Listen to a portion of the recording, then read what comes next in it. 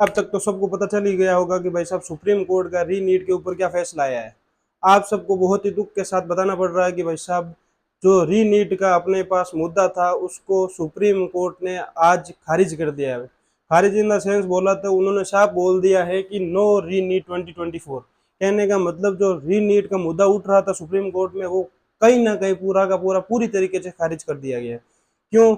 जो जज बैठे थे उन्होंने क्या कहा भाई साहब, जो वकील थे, वकील किस फेवर में, जो री नीट के फेवर में थे, उन्होंने अपने एविडेंसेस रखे। और जो भाई साहब एनटीए था ना भाई साहब, वो पूरा प्रिपेयर होकर आया था, उसने पूरे के पूरे जो पुख्ता सबूत है ना वो उसके अपने साथ एविडेंस लेके आया। उसने भी अपने सारे के सारे जो एविडेंस थे वो जज के सामने रखे। और जो री नीट को लेकर मांग कर रहे थे सारे के सारे वकील, उन्होंने भी अपने जो मुद्दे थे उनके जज के सामने रखे। लेकिन जज ने सारे के सारे मुद्दे देखते हुए ये बताया कि भाई साहब जो एनटीए की तरफ से लाइव कैमरा रिकॉर्डिंग थी वो वहां पे प्रस्तुत कर दी गई। वो देख के जज साहब ने यही फैसला सुनाया कि भाई साहब बड़े स्केल पे ये ना तो मास लीक हुआ है ना कोई बात। और दूसरी बात, इतना वापस पेपर करवाने की हमारी पॉसिबिलिटी नहीं है, क्योंकि कम से कम 24 लाख बच्चे ऐसे हैं जिनको वापस पेपर में अपियर होना पड़ेगा। तो इस कारण री नीट का जो मुद्दा उठ रहा था भाई साहब सुप्रीम कोर्ट में वो कहीं ना कहीं पूरी तरीके से खारिज कर दिया गया है।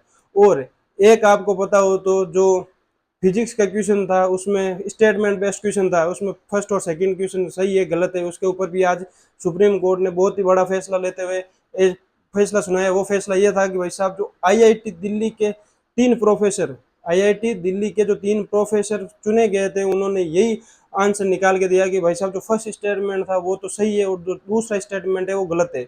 जिन भी बच्चों का अगर ये वाला ऑप्शन सही हो रहा है तो आपका जो अगर नंबर पहले कम आए हुए थे तो वो बोनस होके 4 नंबर एक्स्ट्रा हो जाएंगे। अगर पहले माइनस हो गया था तो पूरे के पूरे 5 नंबर आपको एक्स्ट्रा मिल जाएंगे।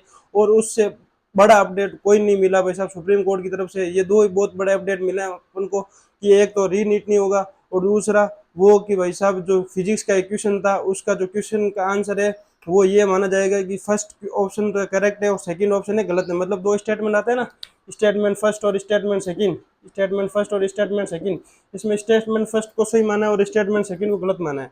ये आपको ध्यान में रखते हुए ये ध्यान रखना है कि भाई साहब फिजिक्स का जो एक आंसर है वो आपको आपके हिसाब से देख लेना आपका क्या है।